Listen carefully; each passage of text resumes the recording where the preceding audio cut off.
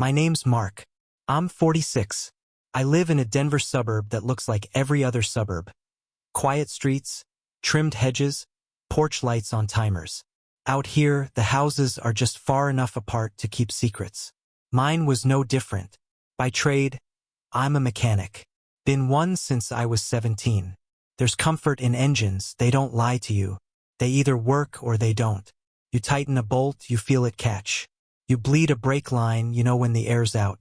Machines are simple like that. Predictable. Honest in ways people can't be. I met Sarah at a friend's barbecue. She was newly divorced, said all the right things, laughed at my jokes, and didn't flinch when my hands were still black with grease. She came with a daughter, Jessica. 12 years old, thin-shouldered and all eyes. Her face was still round from childhood, but her voice already carried a kind of practiced distance, like she'd learned not to trust the people who stayed. Her father? Long gone. The kind of man who sends birthday texts a week late and signs them with emojis. He showed up once every couple of years with a gift from an airport kiosk and a tan that didn't belong to any job I've ever had. But Jessica lit up around him. She'd post pictures online like he was a war hero returning from battle. Meanwhile, I was the one covering the phone bill she used to send him "I miss you" messages. I didn't try to replace him. I never said, "Call me Dad." Never asked for that. I just kept showing up. Quietly. Steadily. I paid for school clothes, bought her first iPhone, sat through freezing soccer games, and rebuilt the bathroom when she wanted to switch to a shower like her friends had. I drove her to parties and picked her up without asking questions. I gave her the kind of consistency most kids dream of. And in return, I asked for one thing: respect. Not affection. Not even gratitude. Just the decency to treat me like a human being. Like someone whose effort meant something. But respect, it turns out, is easy to fake, until the moment it vanishes completely. It happened on a Tuesday. Nothing special. Nothing tragic. That's the part that stings the most. How ordinary the moment was. I was standing in the hallway, fixing a loose door hinge. Sarah was in the kitchen. Jessica walked past, earbuds dangling, phone in hand. She didn't look up. I said, calm as ever, "Hey, that router's been acting up. Can you restart it when you get a sec?" She stopped. Just stopped in the middle of the hallway like she owned the oxygen in the room. Then she looked at me, like she was seeing through me, and said, "You're a joke. No one here respects you." 7 words. That's all it took to crack 9 years of effort. She didn't yell. She didn't even sound angry. She said it like she was reciting a fact. Like she was tired of pretending otherwise. Like the mask finally slipped and underneath it was the truth I'd been avoiding. I stood there, one hand still gripping the screwdriver. I remember the weight of it. Heavy. Warm from my palm. I didn't say a word. Didn't ask why. Didn't demand she explain herself. Because in that moment I realized she meant it. Every chore I'd done. Every ride. Every dollar spent. Every birthday cake I'd baked when Sarah was working late. All of it had been background noise to her. A man playing house. An actor in a role she never asked for and never respected. I put the screwdriver down. Walked past her. Out the front door. The sky was overcast, pale gray and silent. The air smelled like wet concrete and cut grass. I remember thinking, so this is what failure smells like. I opened the app on my phone and listed the car, the one she drove every day, the one she called hers, even though it was titled in my name. Within 12 hours, it was gone. Sold to a kid heading to college in Fort Collins. I took the plates, removed her name from the insurance, and called the DMV to revoke her authorized use. It wasn't emotional. It was surgical. Then I made a list, every subscription, every auto payment, every online service I had set up for her. Spotify, Netflix, phone data add-ons, the Amazon Prime account she used like a bottomless pantry. One by one, I canceled them, deleted her from every family plan, reclaimed every cent. 2 days passed before she noticed. First, it was her Spotify not loading. Then the iCloud backup failing. Then the texts about the car. "Where's the Civic? Why isn't my phone working? Are you serious right now?" I didn't reply. Instead, I boxed up her old bike from the garage, rusty but solid, and mailed her a heavy-duty lock. No note, no message, just steel, cold and impersonal. She used to laugh about kids who biked to school. Only losers ride bikes, she'd smirk, tossing her keys into a bowl by the door. Now she was one of them, helmet on, head down, pedaling through a world she used to coast through on my dime. Sarah didn't say anything for 3 days. Nothing. She saw the car gone, heard the silence in the house, watched her daughter stomp around with the outrage of someone who had never once been told no. But Sarah? Not a word. When she finally spoke, it was in the bedroom. Lights off, her voice low like we were conspiring. She's just a teenager, Mark. She doesn't mean it. I stared at the ceiling. She said it. That's all that matters. Sarah sighed. You're overreacting. And that was it. That was the moment I understood. I was alone in that house. Not just unwanted, but unprotected. The woman I'd built a life with, the girl I had tried to raise. Neither of them saw me as anything more than useful. I wasn't a man to them. I was a wallet that knew how to fix toilets. I didn't yell. I didn't cry. I just stopped. Stopped filling up the gas tank. Stopped checking the school emails. Stopped asking if she needed anything. No more rides. No more quick transfers for lunch money. No more picking up last-minute tampons and chips from the store when Sarah forgot. I became a shadow in the home I built. Invisible but still present. Like a ghost that still paid the electric bill. Jessica tried to test it. Left her homework by the door like I'd magically pick it up and drop it off. I didn't. She missed the deadline. Blamed me. I said nothing. She left dirty plates in the sink. I let them rot. She ran out of shampoo. I let her figure it out. One evening, she came into the garage, arms folded, face curled into disgust.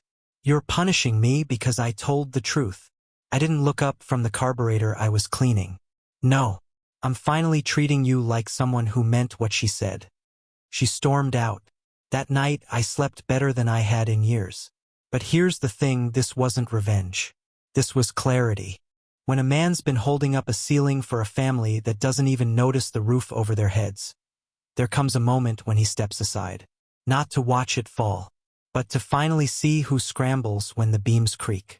So that's what I did. I stepped aside. Let the weight return to them. Let the silence speak for me. And in that silence, something else emerged. Something I hadn't felt in years. Relief. Not joy.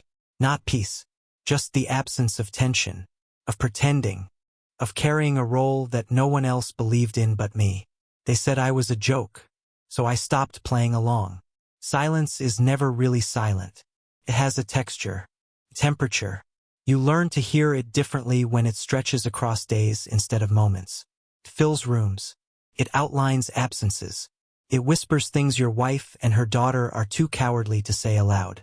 After I pulled the plug, after I stripped away the comforts Jessica had mistaken for rights, our house entered a new phase of quiet. Not the peaceful kind, like snow falling on rooftops. No, this was the silence of discomfort, of unsaid things swelling beneath the drywall. Sarah didn't confront me. Not directly. That's not her way. She shifted instead, became smaller. Shorter replies. Longer showers. Her eyes started searching the corners of rooms like the answers were written in the crown molding. When she passed me in the kitchen, she brushed my shoulder like we were strangers sharing a hallway. But I wasn't confused. I'd seen this pattern before, years back, with my own mother. When a woman doesn't want to say she's disappointed, she lets the air speak for her. Every sigh is a sentence. Every silence is a verdict. Jessica, meanwhile, turned petty. Left shoes in the hallway, dared me to trip on them. Slammed doors louder than necessary. Used every ounce of her dwindling access to try and provoke me. One afternoon she printed out a photo of her biological father, the airport phantom, and taped it to the fridge. Underneath, she wrote in red Sharpie, "My real dad." I didn't tear it down. I didn't comment.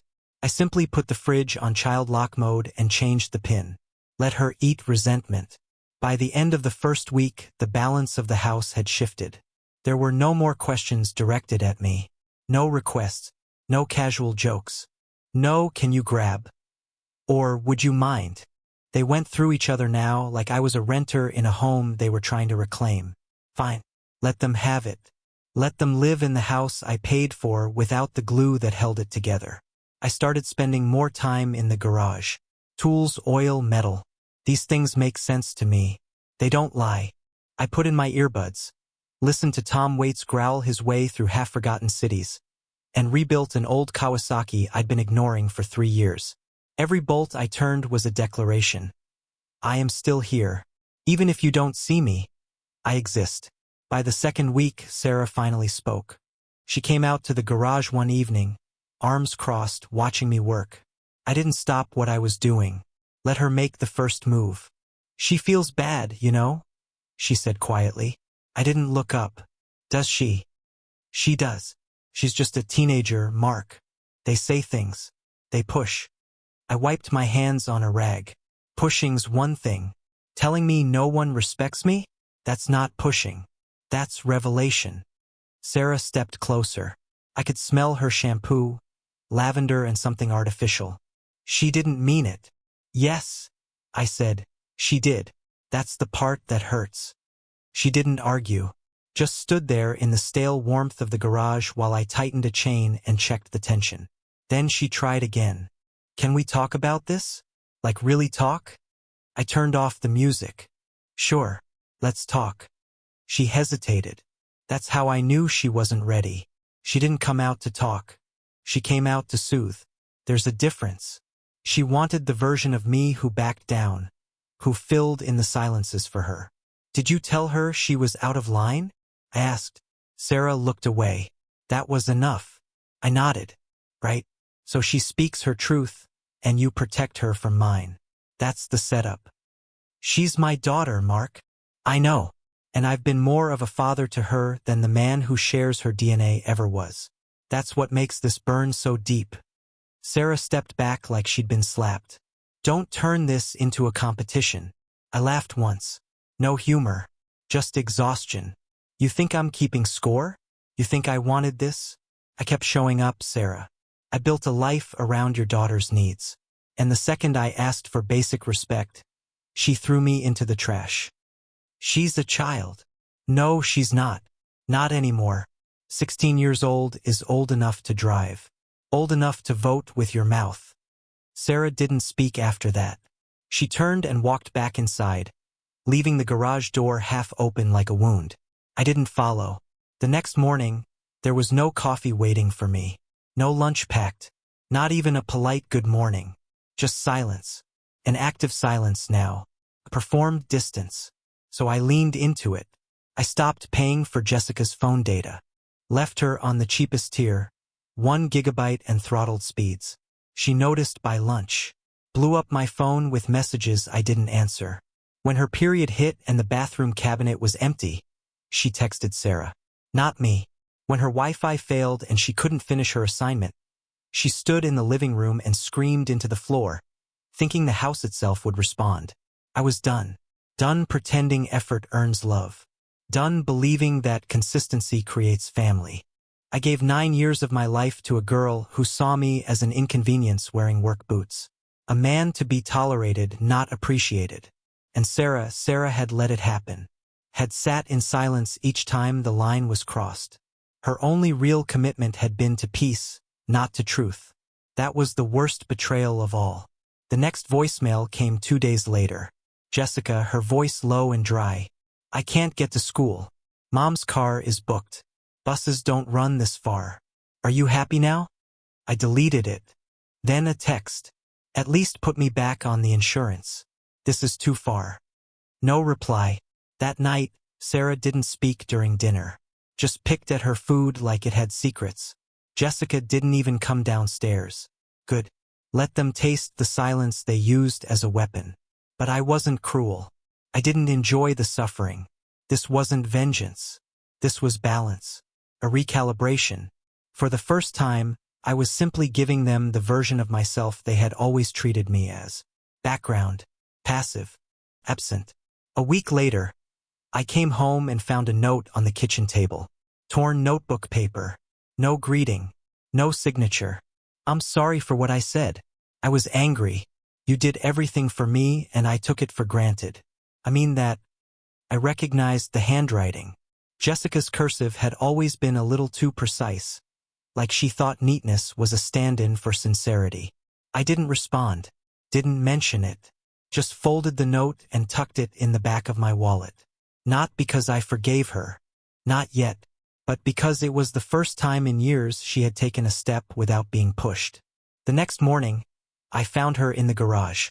She stood near the workbench, looking at the Kawasaki. "Need help with the bike?" she asked. Her voice was small. No attitude. No sarcasm. Just a simple offering. I nodded once, handed her a wrench, and for an hour we worked in silence. But this silence was different. It wasn't punishment. It was possibility. The wrench slipped from her hand and clattered onto the concrete. She muttered, "Sorry," and bent to pick it up, but I was already crouched, reaching at the same time. Our fingers brushed. She flinched. Not like I'd hurt her. Like she didn't expect touch to come without consequence. I stood first. She stayed crouched a moment longer, maybe pretending to check the bolt again, maybe hiding the shine building in her eyes. When she rose, she didn't look at me. "Chain's tight enough," she said. I nodded. "Yeah." We said nothing else. That was the rhythm now, short exchanges, no wait. We circled each other like old dogs who used to bark through the fence, now too tired for the noise. But something had shifted. The silence wasn't venom anymore. It was penance. That night, Jessica sat at the dinner table for the first time in weeks. No phone. No headphones. She didn't serve herself first. She waited. Sarah noticed. She looked between us, like she was watching a glass wall slowly form, solid but still invisible. Her lips parted, probably to say something reassuring, to defuse, but she stopped herself. Maybe she knew words wouldn't fix this. Or maybe she was finally learning that letting things break isn't the same as giving up. I didn't rush the moment. I chewed. I swallowed. I listened to the hum of the dishwasher, the scrape of forks, the soft click of Jessica's nails against the plate as she fidgeted. Not once did she speak. And for once, I didn't fill the space. I let it breathe. After dinner, she cleared the plates. No one asked. She didn't speak to me again for another 2 days. And then came the voicemail. I was in the garage, sorting sockets, when I saw the missed call. No name, just a number I knew too well. I let it go to voicemail. Her voice was tight, almost hoarse. Not angry, not even sorry. Just dry, like all the fight had drained out of her. "I need a ride. Mom's car won't start. I've got finals. If I don't show, I fail. I get it if you won't, but I thought I'd ask." She hung up without saying goodbye. I stared at the phone for a long time. Then I walked to the calendar, checked the date. June 2nd. She wasn't lying. That's when the exams started. I didn't call back. I just showed up. She was on the curb, arms folded, backpack at her feet. Her hair was tied back in that haphazard way she did when she didn't care how the day went. She looked smaller somehow, like the sharpness had been sanded off, replaced by uncertainty. She opened the door but didn't get in right away. "I meant what I said," she told the floorboard. "About being sorry." I didn't respond, just looked at the road ahead. She sat down, buckled up. We drove in silence. At the school drop-off loop, she hesitated. One hand on the door, the other gripping the strap of her backpack like a lifeline. Then, "Thanks for coming." I didn't nod, didn't speak.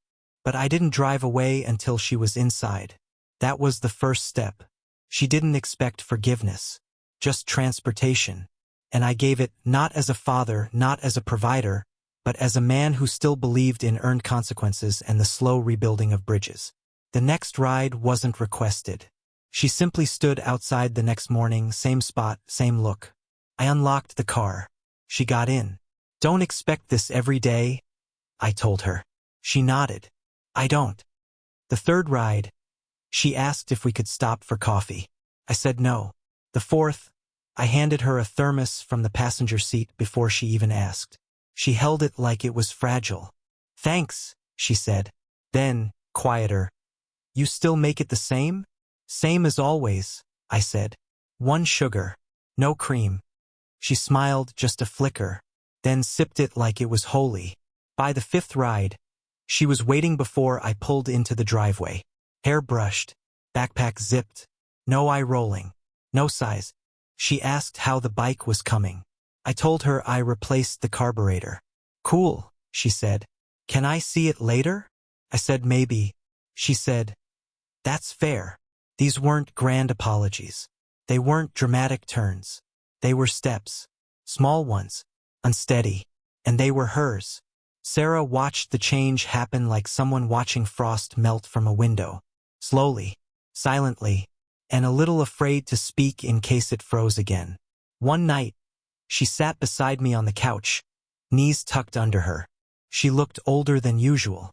Tired not from work, but from years of holding peace like a fragile dish. I should have defended you, she said. I kept my eyes on the screen. Too late now. I know, she whispered. But I want you to know I see it. I saw it even then.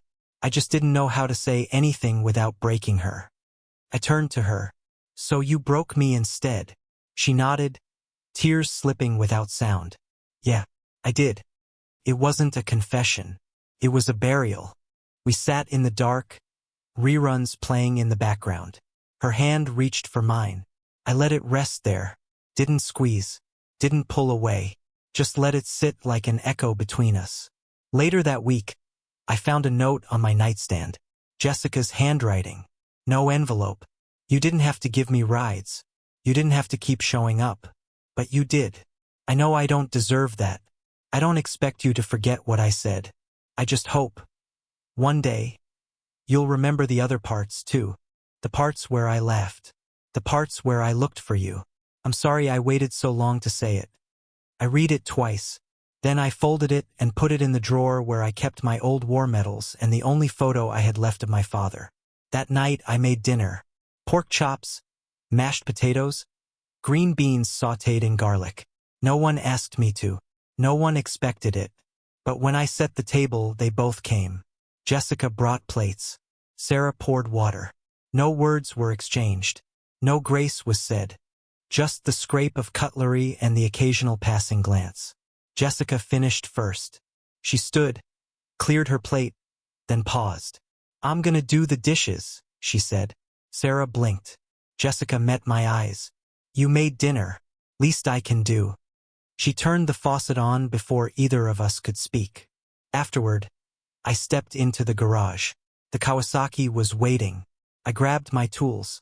5 minutes later, I heard the door open. Jessica stood there, towel in hand. Still need help. I hesitated. Then I reached for a second pair of gloves. You remember how to use a torque wrench? I asked. She grinned, just a little. You showed me. 2 summers ago. You said, it's all about feel, not force. I handed her the tool.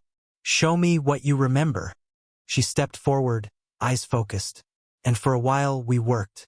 Not in silence. Not in noise. But in something new. Something almost like respect. Peace came in pieces. Not as a wave. Not as some grand apology with tears and open arms. No. Peace crept in like rain on a metal roof. Soft, rhythmic, and impossible to ignore once it started. I didn't trust it. Not at first. I waited for the storm behind it. Jessica kept showing up in the garage. Never for long. 15 minutes here. An hour there. She asked about carburetors, gaskets, timing chains. Listened more than she spoke. When she did speak, her voice carried none of that edge she used to wield like a dagger. It was smaller now, measured. Did I always sound like that? She asked once, holding up a recording she'd made for a school project. I didn't look up. Sound like what? Like, I don't care. I tightened a bolt. You did. She didn't argue. That was the difference now. She didn't fight every word. She let truth sit in the room, even when it made her uncomfortable. I kept my distance. I didn't give back the car. I didn't reinstate the insurance. I didn't ask if she needed help with college apps or recommend summer jobs. I didn't offer. Because for the first time, I was watching to see who they were when I wasn't the scaffolding. Sarah noticed. She stopped asking me to fix things. The garbage disposal stayed jammed for a week. I didn't touch it. Jessica's closet door squealed loud enough to wake the dead. I let it sing. I let the house speak for itself. Let the broken parts echo the same question I'd been asking for months. Where were you when I needed defense? One night, Sarah made dinner. She hadn't cooked in weeks. The meat was overdone. The rice undercooked. Jessica didn't complain. She ate it like it was a favor, not a right. Afterward, Sarah pulled me aside in the hallway. "You think I don't feel ashamed?" she whispered. I stared at the wall behind her. "Do you?" "I let you stand alone," she said. I knew it. I watched it happen and I said nothing. I thought if I stayed neutral it would balance out. I didn't want to be the bad guy. "You made me the bad guy instead," I said. Tears welled up in her eyes. "I thought silence was safety." "No," I said. "Silence is betrayal wearing perfume." She stepped back like the words hit her in the gut.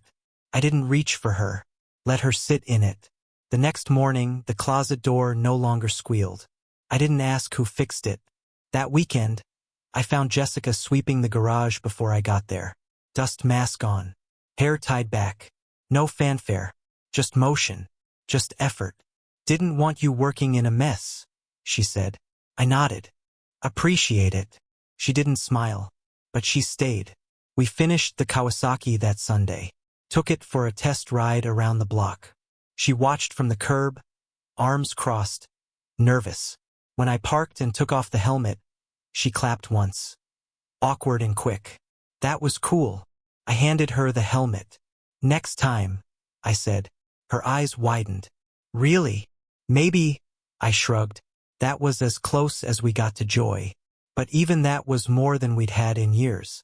Sarah watched all of it quietly. She didn't insert herself. Didn't play the bridge anymore. She let Jessica come to me on her own. Let her fail, stumble, speak awkwardly. That was new. Sarah used to pave every path with good intentions, removing every stone, softening every edge. Now she just stood back. One night, she sat beside me on the couch again. "I started therapy," she said. I looked at her. "Why?"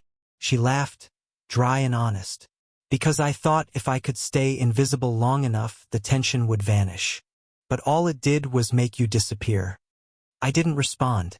She reached out and placed something in my hand. Printed email. From Jessica's school. She'd written a college essay about me. I read it in silence. The title, "The Man Who Stayed." She wrote about the early years. The rides. The late-night pickups. The birthday cards with bad jokes. The pancakes I made when Sarah worked doubles. She wrote about the car I bought her, and how losing it made her realize she was never entitled to it. She ended it with this line. "I used to think love was about being protected, but I learned it's about being held accountable. My stepfather taught me that, and then he waited until I earned a second chance." I folded the paper slowly. "She didn't want me to show you," Sarah said. "I'm glad you did," I said. But I didn't smile.